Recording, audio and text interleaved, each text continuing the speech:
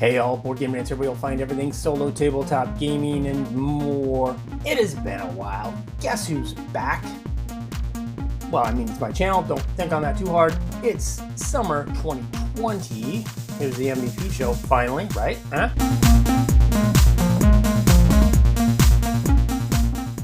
So there's a lot to go over here. So I'm gonna try to make it quick. I'm gonna try to cram 3 months of what I've been playing, what I've been thinking. And then I'll get into more of the personal side of stuff, where the channel is going, the landmark, is it a landmark? Yeah. Big moment in time, hitting 1,000 subscribers. Thank you for that. I'll just kind of start off really briefly. And then some comments on what's happening, where the channel is going, what I'm thinking, what I've learned, all that stuff at the end. And I'll warn you ahead of time in case you're like, dude, I'm just here for the game stuff, all right? And I totally understand that. But anyway, so let's get into the games right away. First of all, hope you've had a good summer. And thank you for joining me. And yeah, it's good to be back. Summer just happens to be a time where I like being out in the weather more than not. And you got to take advantage of it where I live. And it takes up a lot of time. And so this is one of the videos that usually takes up most of the time and energy. I still made videos. You saw them. There were a lot of reviews, some playthroughs and stuff. I've been playing games. Just allocating time. Different. Two, it's a very different world out there, right? Especially here in the US of A. Mayhem. Anyway, like I said, let's get into the games. And starting off in June, played quite a few games in June. Core Space, got 9 plays of that in. I've talked a lot about Core Space, sci-fi, adventure game, loving it. Kingdom Death Monster, got 1 more game of that in June, and then I haven't played it since. And that's a game that's just, it's so dark. It kind of came to me, in kind of a dark time in all, with a pandemic, and then, if you follow what's happening in the not so United States of America right now, it's just it's a dark time in general. And so getting this game that I would normally, I think, just love to bits, it's not a happy game. And so I think I'm just more looking for happier stuff. I'll come back to it. I know I will. It's an awesome game. But anyway, moving on, happy games. Too Many Bones. Got to play that, and that was in preparation for, I knew I was getting the expansion material. That is a happy game. Oh, I mean, it just looks happy. And I love Too Many Bones. It is a top 5 of all time for me, solo game-wise. And Splice and Dice was a big expansion that came. And it was fantastic. I wasn't a big fan of the actual separate kind of game of Splice and Dice, but all of the stuff that it brought to the main base game, it's just fantastic stuff. I got 5 plays in of the Splice and Dice game. Played a couple games of Undertow with some of the new stuff as well. Love me some Too Many Bones. Moving on, I decided to break out the City of Kings. It's another great game that I love playing. Played it 5 times. I think 1 or 2 times with my wife, and then a few times solo. Frank West, marvelous designer, awesome in production too. One of the only guys that's still sight unseen I will support on Kickstarter. He delivered early. Never happens. Oh my gosh, that never happens. Anyway, moving on. Oh My Goods. That's an older game. Kind of it is a card game, but it had one of these coolest, Alexander Pfister, one of these coolest mechanisms of solo that kind of wrapped around sort of a campaign of sorts. And then there was a second expansion that came after the Longsdale and Revolt, which allowed you to play it solo, that I've been meaning to get into, and I did, and I enjoyed it, and got 8 plays of that in. Mechs versus Minions. I picked that up at my friend's little game store, and we got to playing it, and I got 3 plays in. And then, and it's a beautiful game. It's glorious to look at. All the pieces. It's crazy production. But yeah, we got kind of 3 plays. I'll get more than that. I think we touched on that again in July. Newsfjord. Uwe Rosenberg. Just a testament to a designer's brilliance and just being so good at what you do. He came up with Newsfjord, beautiful solo rendition that I enjoyed a lot.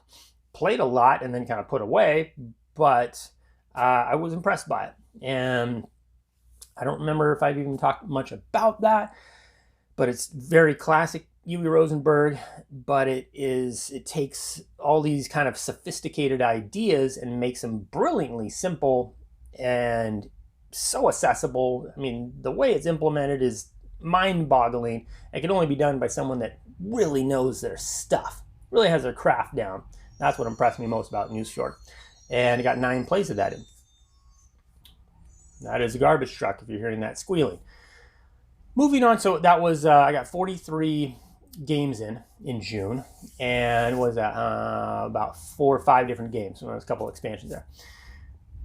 Oh, wait, no. 1, 2, 3, 4, 5, 6, 7, 8, 9 different games with a couple expansions there. Moving on in July. Mistfall.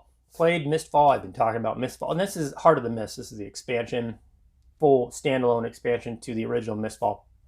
Got 5 plays of that in.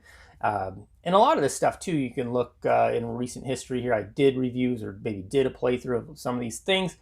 Mistfall was one, and the review was dominantly negative. You know, Mistfall was, I mean, it's interesting, it's cool in some respects, but in too many others, I found it just kind of bland. It was not an adventure game. It was sort of just fight, and there was no real, was not much else to it other than that. And with all of the text and the stuff that you had to kind of just play over and over, get till it really kind of sat, you know. And I think I likened it to the Matrix, you know, when the guy's looking at the screen and it's just a jumble of symbols and stuff. He can read it. There's something to be seen there. You know, he could see pictures out of all those symbols. But that's what I felt like Mistfall was just all these crazy just verbiage and so many things to keep track of all over the place. And it just didn't look interesting. It was kind of this reddish brown color. Yeah, anyway, so Mistfall, got 5 plays of that, and I even picked up a little expansion thing that I think I tried in the last game, and but put it away, and, you know, but hey, I got it for darn near steal. Mechs vs. Minions, got 1 more play of that in July, and I've only played that with my family, but it just, I don't know, it just didn't quite, it's still sitting over there, and kind of moved on. I don't know if we're going to get back to it. I hope so. I don't know, just people haven't really, you know, called out for it. So it's still sitting over there, and I don't know if we're going to keep playing it or not. I thought people were into it. It's awesomely beautiful and fun to play with, and it just looks gorgeous, but maybe that wasn't enough. I'm not too sure, but I myself don't feel like totally drawn to it. Of course, I'm always into some other game anyway. But so moving on, I got another game of Undertow in, Too Many Bones. Lisboa, 9 plays, Vita Lacerda. Still was on that tear, wanted to get through all of his big box games, all of his solo variants.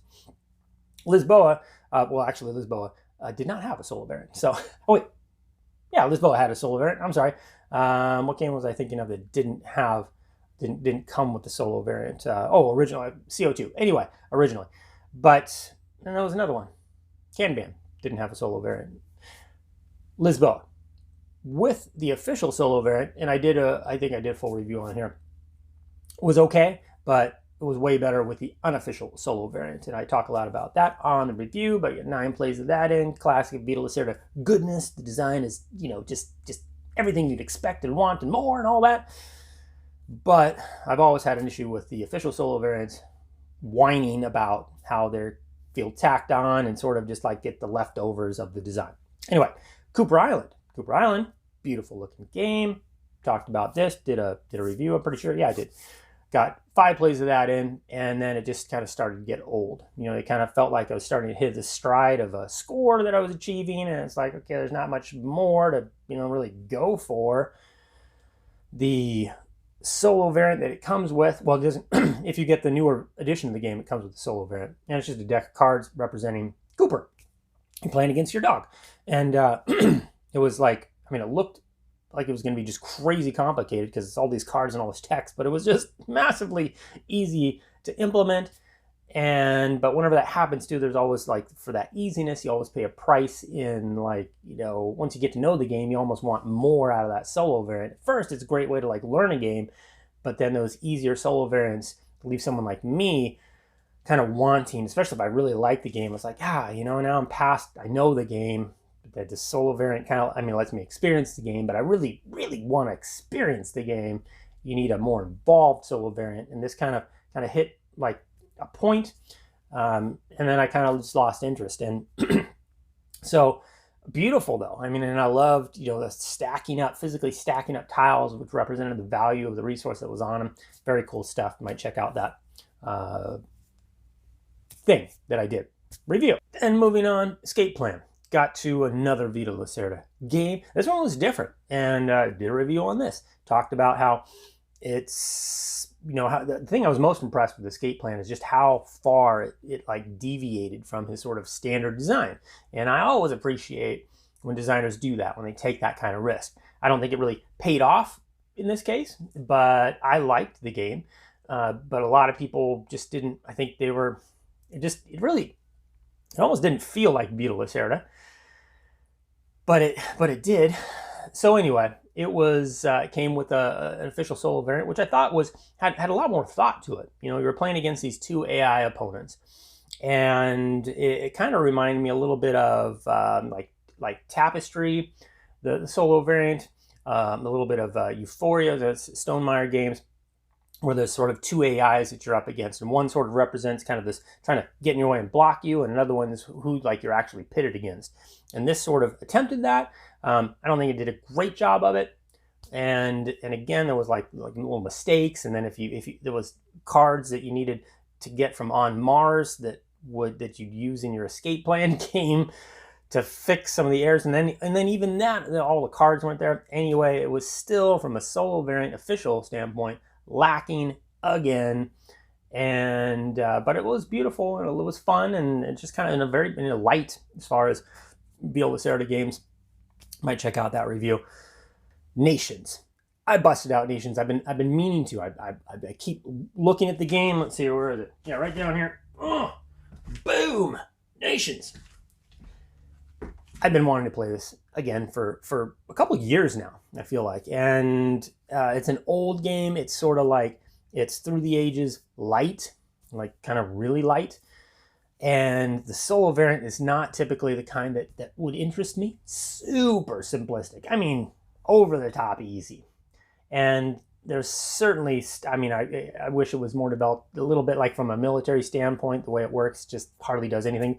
But the game plays at such a pace, and it's just so like incredibly varied, because the cards they're just massive stacks. And I have the expansion for it, Dynasties, I think is what it's called. Massive stacks of cards. So I mean, each game is so different with what you got to do and the technologies, and it just gets to beat your own high score. Again, not my favorite, but for the pace and like within such a small amount of time, all the game you get is just basically building your nation up from scratch to, super powerful.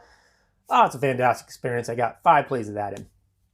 And I did a little playthrough of that too, just so in case anybody wanted to see what it was like. But man, that's just an awesome solo variant that kind of breaks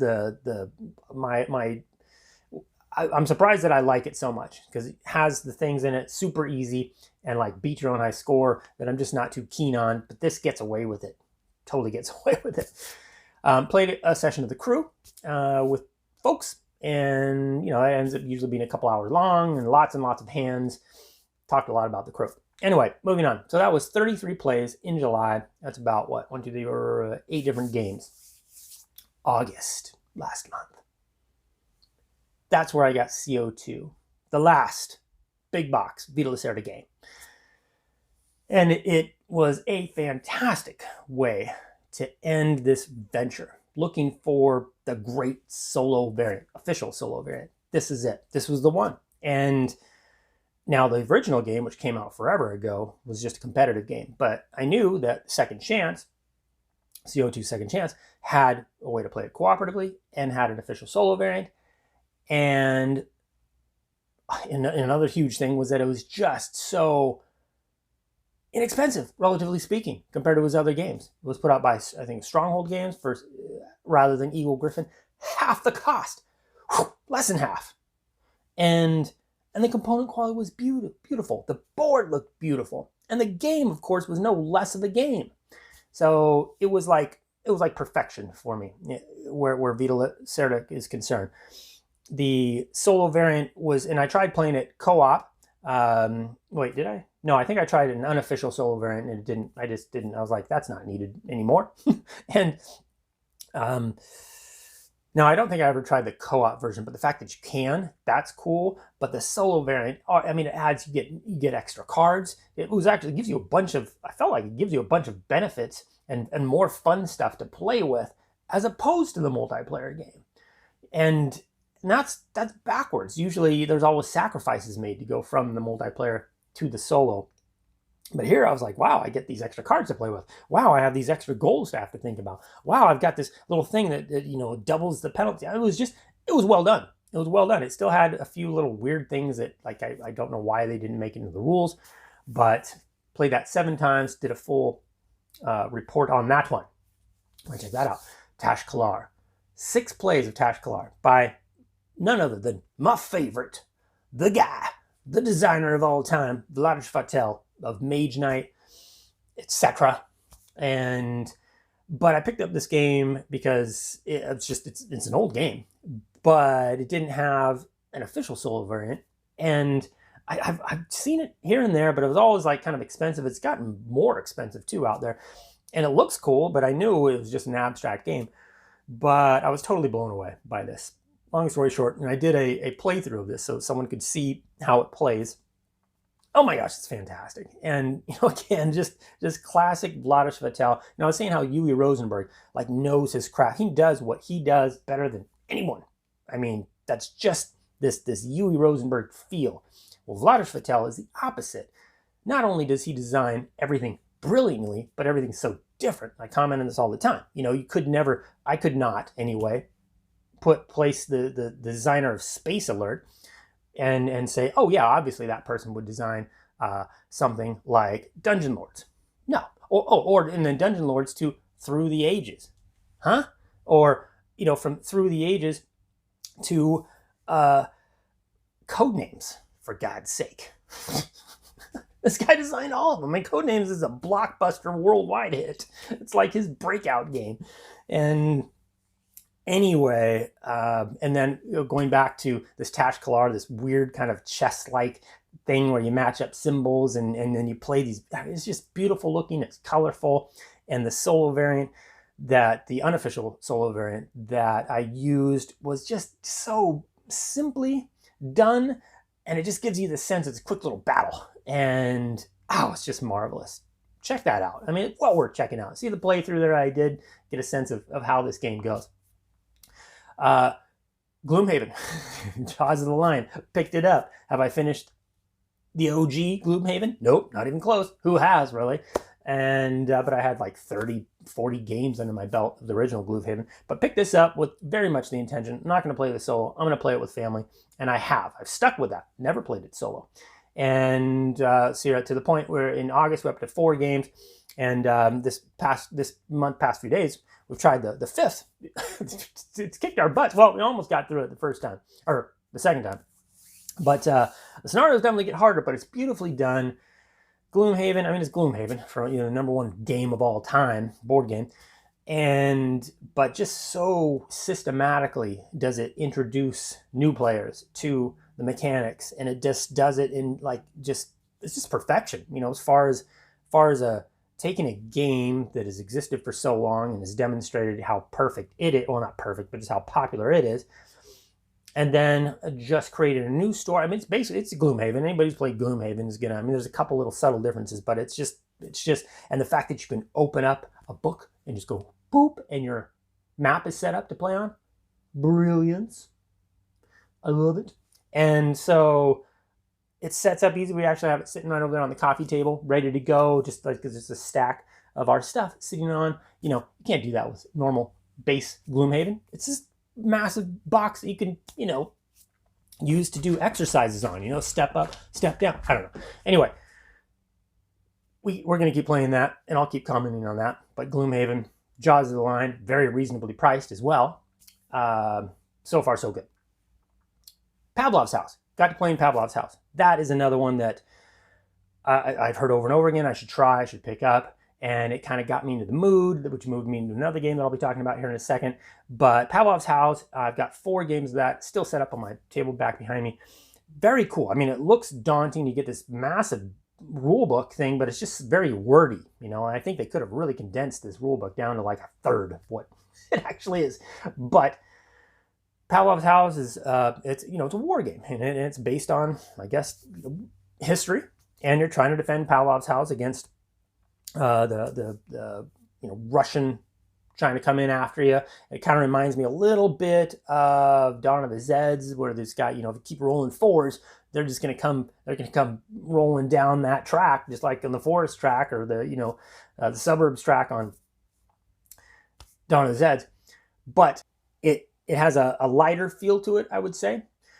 Dawn of the Zeds is a heavier game when you implement all of its stuff, and feels a little more tense. I like Dawn of the Zeds better, I guess is what I'm getting at. Also, Pavlov's game, I mean, after even just 4, or Pavlov's House, after 4 plays, I'm getting a sense of kind of repetition. Just sort of the same cards are coming out, and kind of in the same sort of the way you order it to come out. It randomizes each section a little different, but it's always the same cards.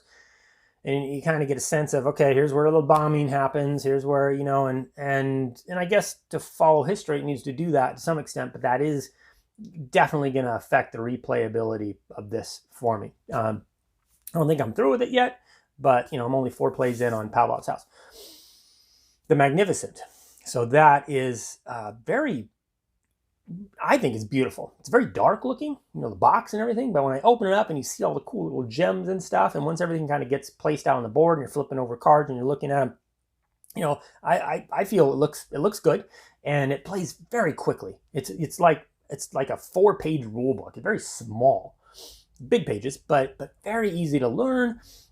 Pretty decent solo to it. The pace and just trying to you're trying to beat a certain high. Kind of reminds me of Agricola way back when. It was like, if you score 100 points, that's pretty good. Was it 100? I don't know. It was just like, it just gave you, and a lot of Uwe Rosenberg's the solo variants just give you a number to beat. Like, if you beat this, you did good. This kind of starts off with that too. And I thought I'd come close, but I think I was playing it a little wrong. I don't think I've come close actually to this good score.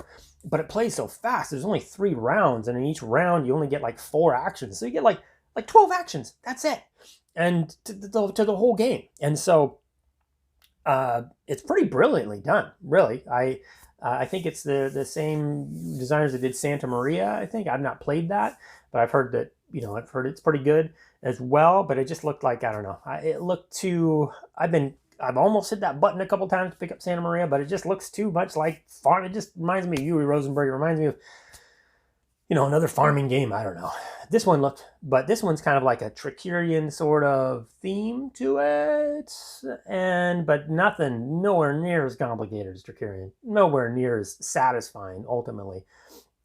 But hey, Trickerian had a solo designed by David Turczi. So come on, what are we comparing? We're not comparing apples to apples here.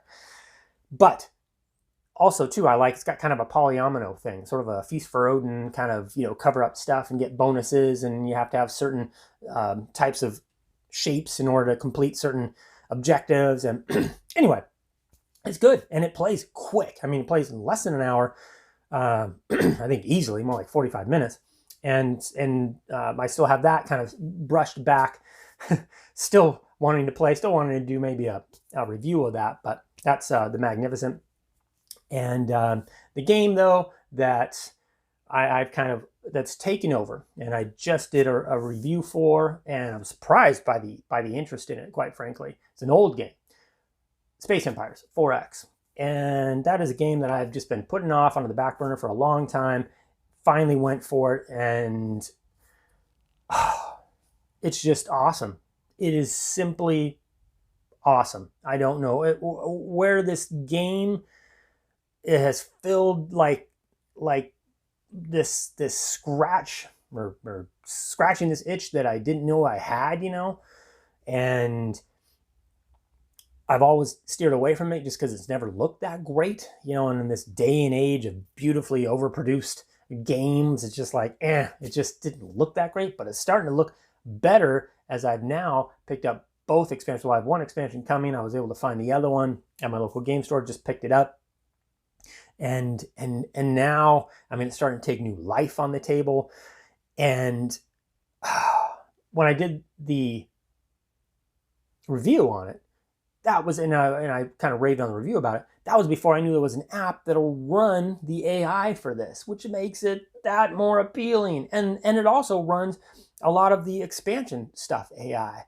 So holy moly, the game got even better. And I have not been able to put it away. In August, I had already up to 8 plays. Now it's like September 6th or 7th. I have another handful of plays in. I can't put that game away. It's all I've been playing, except for, sprinkling in Gloomhaven here, and then and actually Spectre Ops. But I'll get that to that here in September. But check out that review. Space Empires 4X is a thing of beauty as far as gaming and design and just replayability. It is all that in a bag of chips. Now, that's all I've got to say really about the games that I played. I'm about to get into more of the personal side of things. So, if you're interested in such a thing, please stay with me. If not, feel free to tune out. Thank you. Thank you for allowing me to reach 1,000 subscribers. I apologize in advance. I did flip on the ads just because I couldn't find, I was just curious, wow, I can monetize my channel now. So I did. I couldn't find anything that told me like what to expect. So I just turned them on for a week and then probably turned them off. Because yeah, I mean, it was a ridiculously small amount. And I was like, well, I'm not going to make you guys suffer through having to hit, every 5 seconds, try to turn off an ad or whatever. There's different settings you can have on there anyway. So I apologize. I was just kind of curious. And now I'm not curious anymore. So, but hitting 1,000 subs, thank you. Now, you can tune out or we'll continue on with some of my more private thoughts. You're still here. Well then, welcome. Shall we discuss some more personal stuff? From 0 to 100, I did, and maybe you saw, it was Let's Get Real or something like that, and documenting weekly my race to 100 subscribers and what I was going through. Then from there, I kind of stopped because I talking about that sort of thing because I started doing these MVP shows. And so monthly I was sort of updating and talking and stuff. And I was like, I don't need to. But now I've hit 1,000 subscribers. And so again, thank you for that. Sorry for that. I was just curious, once you hit 1,000 subs and then you get like, I think it's 4,000 hours. I think that's right. 4,000 hours for a year of view time, which equals, I think I'd calculated to 20,000 minutes a month. Then you can monetize your channel. And I was like, well, I can do it, and so I did it because, first I was looking, wow, what does that mean? How much money can you make? I couldn't find anything to tell me, really. It was just like, it could be this, could be that, could be this, could be that. So I just flipped them on for a week just to see. And it was ridiculous. It was like $2 for the week. Well, I don't want to say it's ridiculous. It's right. It's money that I didn't have. It's over $100 a year, right? Not worth it to me. Not worth it to me that you have to click through all these goddamn ads just to learn about games. And so there's probably going to be a threshold some point where I'm like, yeah, it's starting to feel worth it, but it's not even close yet. So I flipped those off. Thank you for enduring those. And I was just curious, and that's the only way I was able to really know for sure. But some of the things that I've learned getting to 1,000 and more now. I mean, the channel is just kind of just growing, pretty nice, pretty steady. But what does that mean? And that's one of the things that I've learned. I've seen other content providers. Some people have started at the same time as me that haven't gotten as far, as far as subscribers are concerned. I've seen people that have started before me that still haven't gotten as far. I've seen people quit. I've seen people who've started way after me and blown right by me where subs are concerned and just the popularity of their channel and stuff. And so, and all these things can feed into what I see in general and what happens, I think, to anybody who starts to put themselves out there in social media, be it IG or Facebook or YouTube or any, Twitter, Reddit, all of it. Once you start putting yourself out there, especially YouTube, because this is very much more personal, right, than it is to just see a text. And when you do that, you start off with this idea, that you're running the show. I mean, and you are, but there seems to be a time, and everybody I think goes through it, I know I did, where it goes from you running the show to the show is now running you. And I think that is a product of the vulnerability, like inherent in just putting yourself out there, because it's a scary thing, and it makes a person feel kind of vulnerable, and because you kind of get thrown in. There's almost like this. Suddenly, you're a part of this popularity contest, and you're looking all around you, and you're trying to get, you're seeing this person do this and go that way, and so you're like, oh, maybe I should try that, and you see the other person to do this, but they're not. They get so many more subscribers, so many more likes, so many more this, so many more that, and it can weigh heavily on you. I think that's pretty human. And I think I'm just as susceptible as anybody else to that. However, one of the advantages I think that I've enjoyed is that I gained some tools to manage that sense of vulnerability. And I have my own insecurities, just like everybody else, but they are it's just different, like everybody else. I'm different. And having, for instance, a career in sales kind of toughens you up a little bit. You get a little thicker skin. So going into this allows you to brush a lot of things off that I see other people very much struggling to do. And one of the things that I see is people kind of burn out as they're chasing all these things that other people are trying to do. They're not being themselves, and that will burn you out. When you're doing something that doesn't fit you, over time, you're not going to be able to keep it up. And it's just going to vary what that time is, or how great the disparity is between the way you're doing your things and the way you're meant to do your things. And so the other big key factor, I think, in sustainability, in doing this and putting yourself out there and being a content provider and doing it happily, enjoying the process, is, I think, another thing that I've found, all across YouTube, you'll find everybody's like, you gotta find your niche. You gotta find a way to differentiate yourself. You gotta find a way to be, that new thing. And so in that, we struggle, and we try to find, we search, and we like dwell over how to be the new thing, the new popular thing. So you'll skyrocket it and all this. But I think what people are missing, and what I've been alluding to for like since way back when, is that when I come to, I guess, to actually call it something, but I found out that I believe that your niche, if you are a content provider or you're putting yourself out there, your niche is simply you. There's no need to look for your niche. Whatever it is that interests you, you just put it out there, and you're going to do it in a way, as long as you're not trying to mimic somebody else, you're going to do it in a way that feels right to you, if you just do it your way.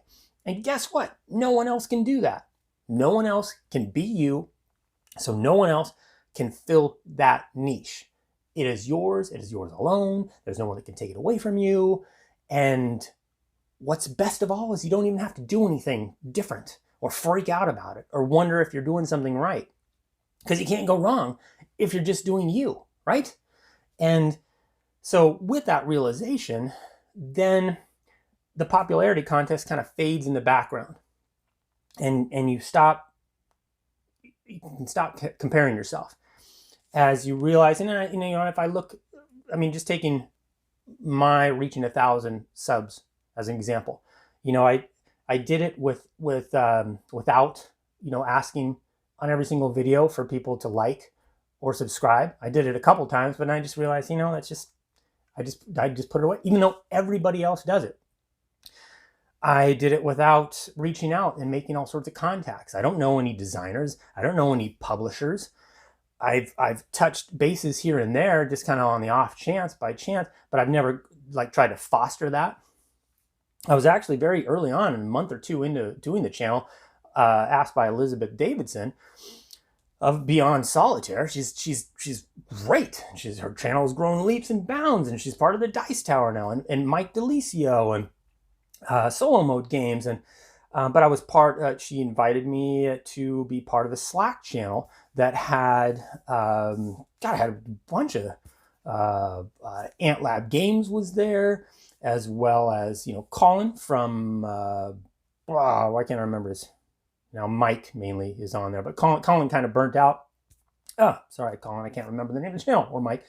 But anyway, when I was there, there was a couple others there that have gone on, and well, anyway, long story short, that channel was being disbanded, and they were like, "Hey, everybody, come over here."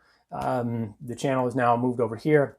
I didn't follow because it just didn't feel. It wasn't my game, if you will. Great people, awesome people, and I love what they do for the industry. But I mean, they didn't chase after me either. I just didn't think I fit in. And so again, I've had opportunities to, and I don't go to any cons. Well, I can't now, but even when I could for the first year and a half of doing the channel, or closer to 2 years doing the channel, I didn't. I haven't been to any kind of a board game con in years and years and years. And when I think back on all these things that I've kind of just done that just it's bucked the system, really, right? I mean, if you want this meteoric rise, you should be doing top 10 lists all the time, and you should be doing reviews. Those are the things that most people watch. I have a sense of what most people watch and what to do if I wanted to really grow my channel. But growing my channel and being happy shouldn't be two different things. And if your happiness is associated with growing your channel or growing your presence on social media, you're in trouble, because you're just going to be comparing yourself endlessly. And once a person kind of realizes that it's just, goals are important, that's great, hitting this or hitting that or whatever, it's important to have goals, but it's the journey, it's the process. If you're not into what you're doing on a day-to-day basis to reach that goal, it can be poison. And I see so many content providers falling into that trap.